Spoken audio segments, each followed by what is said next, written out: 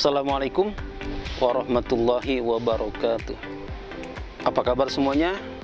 Mudah-mudahan tetap sehat walafiat dan kita tetap menjaga protokol kesehatan karena untuk kita bersama. Kita akan bahas prinsip keyakinan yang keempat, yaitu bagaimana diri kita menjadi pribadi yang terpuji.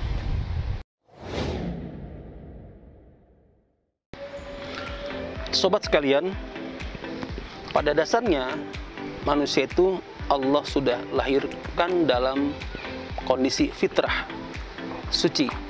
Dan yang kedua, Allah sudah memuliakan setiap manusia tanpa kecuali.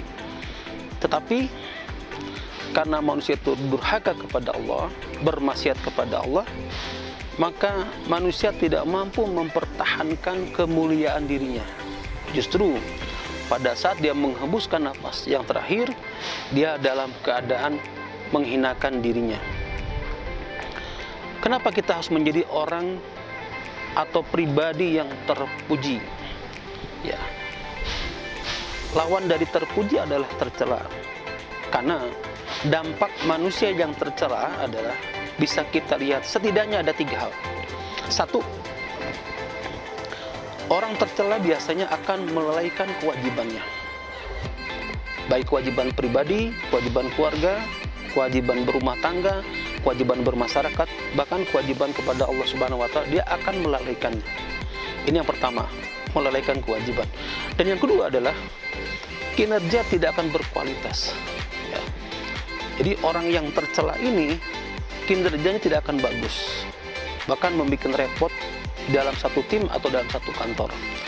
Dan yang ketiga, dampak dari tercela ini adalah menjadi benalu bagi orang lain.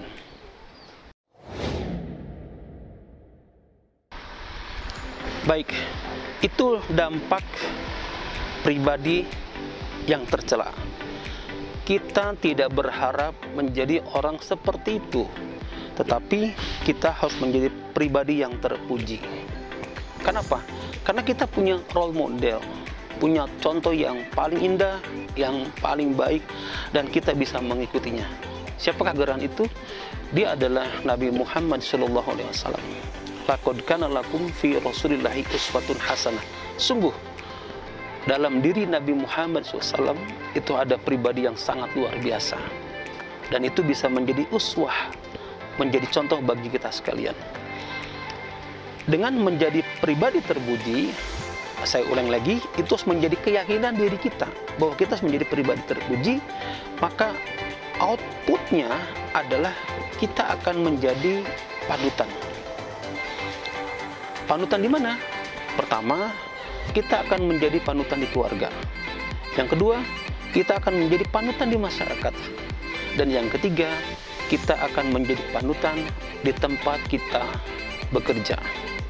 Sudah bisa kebayangkan bagaimana kalau orang sudah menjadi role model, menjadi uswah, menjadi panutan, pasti akan lebih produktif. Dengan kata lain, panutan lebih efektif dalam memberikan contoh. Efektif akan meningkatkan produktivitas. Dengan kata lain, efektif pasti produktif karena lahir dan diberikan contoh oleh orang-orang yang memiliki panutan yang terbaik bagi orang di sekitarnya.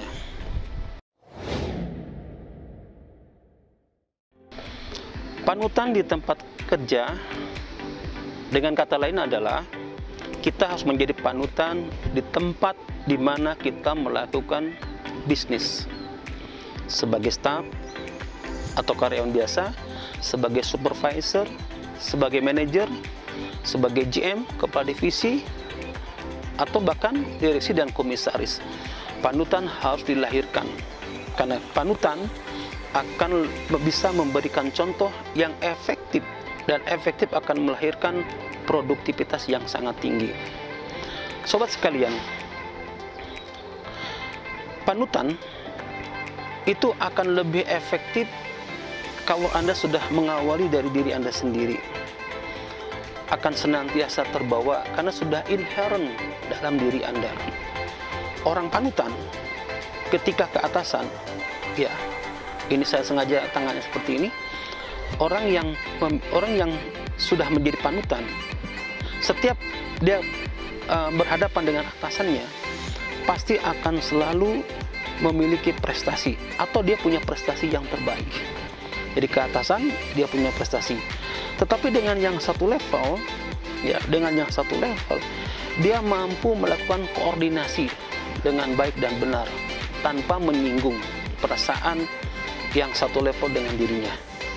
Dan orang yang memiliki panutan ini, ketika dia berhadapan dengan bawahannya atau dengan stafnya, dia akan memberikan apresiasi. Sekecil apapun prestasi yang diberikan oleh anak buah kita, dia akan memberikan apresiasi. Kamu memang hebat, kamu luar biasa. Pekerjaan seperti ini agak susah diselesaikan oleh orang lain, tapi kamu ternyata mampu untuk memberikan yang terbaik bagi perusahaan. Saya salut dan hormat kepada kamu. Itu namanya memberikan apresiasi. Tidak perlu dengan uang, tidak perlu mengajak makan, dengan ucapan pun staf kita akan merasa senang karena diapresiasi oleh diri kita, yang notabene adalah kita sebagai orang yang punya label role model atau panutan.